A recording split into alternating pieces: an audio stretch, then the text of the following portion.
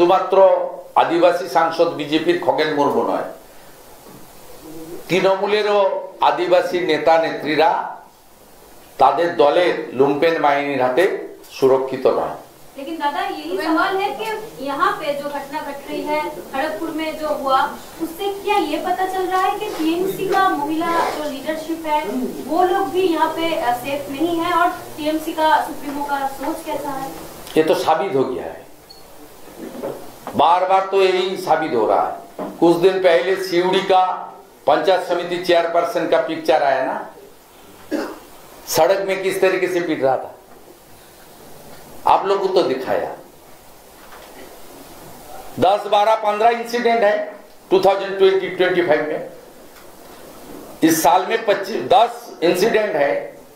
जी TMC का ग्राम पंचायत प्रधान, पंचायत समिति chairman, MLA का हालत क्या कर दिया मीनाखा में, श्रीमती उस क्या कर दिया,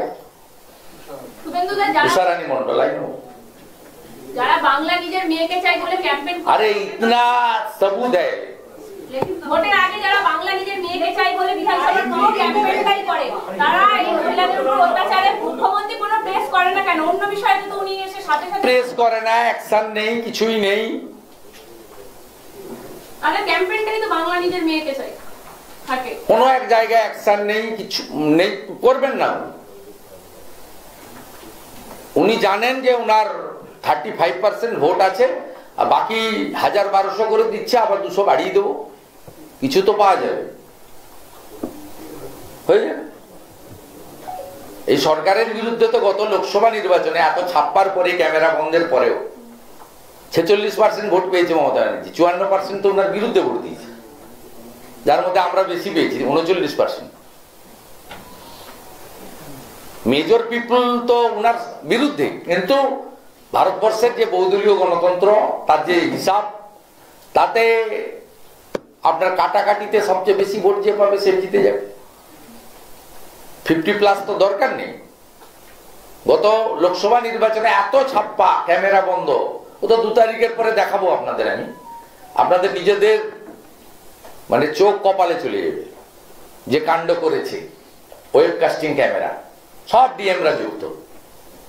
we are waiting for division bench, 2 তারিখে ডিভিশন বেঞ্চে কেস আছে।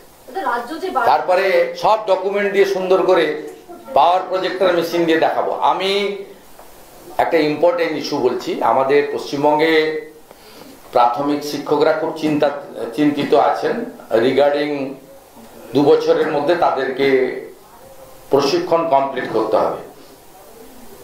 ইতিমধ্যে বেশ কয়েকদিন আগে ডক্টর সুকান্ত মজুমদার কেন্দ্রীয় রাষ্ট্রমন্ত্রীর সঙ্গে আমার কথা হয়েছে, তিনিও বিষয়টা দেখছেন। গতকাল বিহারে ছিলেন কেন্দ্রের এইচআরডি মিনিস্টার, মানে এডুকেশন মিনিস্টার ধর্মেন্দ্র প্রধানজির সঙ্গে আমার দীর্ঘ কথা হয়েছে। তিনি আমাকে বলেছেন যে পশ্চিমবঙ্গের প্রাথমিক শিক্ষক শিক্ষিকাদের অ্যাসিওর করতে ভারত সরকারের পক্ষ থেকে সুপ্রিম কোর্টের যে জাজমেন্ট আছে, সেই জাজমেন্টের পরিপ্রেক্ষিতে যাতে গোটা ভারতবর্ষেরই এত সিনিয়র শিক্ষক শিক্ষিকারা অসুবিধায় না পড়েন, তার জন্য প্রয়োজনীয় উদ্যোগ গ্রহণ করার সিদ্ধান্ত হয়েছে এবং আশু সেটা হবে। এইটা আপনাদের মাধ্যমে পশ্চিমবাংলার সমস্ত প্রাথমিক শিক্ষক শিক্ষিকাকে জানাচ্ছি। মিস্টার ধর্মেন্দ্র প্রধানের মেসেজ তিনি আমাকে বলেছেন, আমি ওনার অনুমতি নিয়েই কনভে করছি, 1 নম্বর। দ্বিতীয় নম্বর হচ্ছে, এই সুযোগে চোরামূলের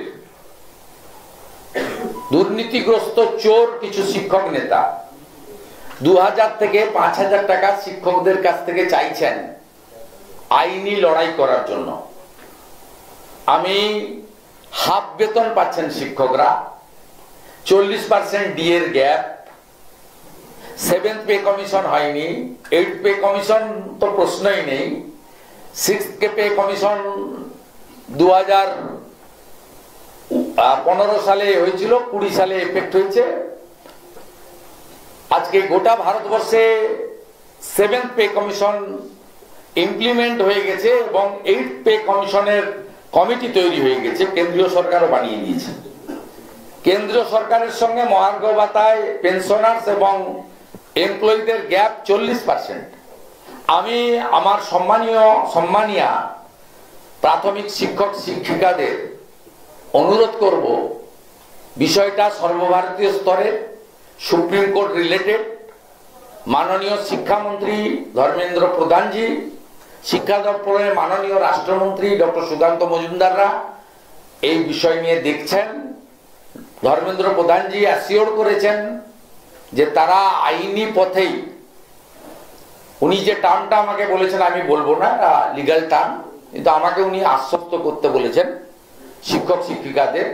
আর তার সাথে সাথে আমার পরামর্শ আপনাদের বন্ধু হিসেবে, আপনারা এই চোর তৃণমূলের কোন নেতাকে এই যে লিগ্যাল ব্যাটেলের জন্য 2 থেকে 5,000 টাকা চাঁদা চাইছে, দেবেন না। যদি 10,000 জন 2,000 টাকা করে দেন, কত টাকা হচ্ছে বুঝতে পারছেন? দয়া করে এটা করবেন না, আমি আপনাদের বলছি। আমাদের ভিডিও ভালো লাগলে লাইক এবং শেয়ার করুন। কমেন্ট সেকশনে গিয়ে জানান আপনাদের মতামত। আরও ভিডিও পেতে আমাদের চ্যানেল সাবস্ক্রাইব করুন এবং প্রতি মুহূর্তে খবরের আপডেট পেতে প্রেস করুন বেল আইকন।